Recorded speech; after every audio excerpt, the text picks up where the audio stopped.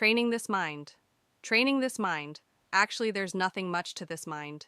It's simply radiant in and of itself. It's naturally peaceful. Why the mind doesn't feel peaceful right now is because it gets lost in its own moods. There's nothing to the mind itself. It simply abides in its natural state, that's all.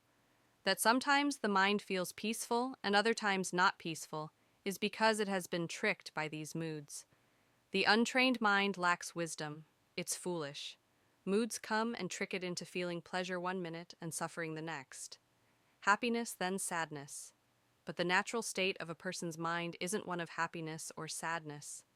This experience of happiness and sadness is not the actual mind itself, but just these moods which have tricked it. The mind gets lost, carried away by these moods with no idea what's happening. And as a result, we experience pleasure and pain accordingly because the mind has not been trained yet. It still isn't very clever, and we go on thinking that it's our mind which is suffering or our mind which is happy, when actually it's just lost in its various moods. The point is that really this mind of ours is naturally peaceful.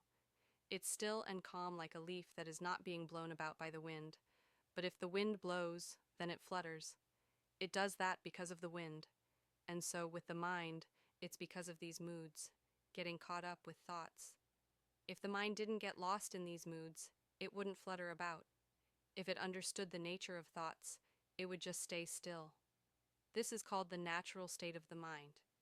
And why we have come to practice now is to see the mind in this original state. We think that the mind itself is actually pleasurable or peaceful.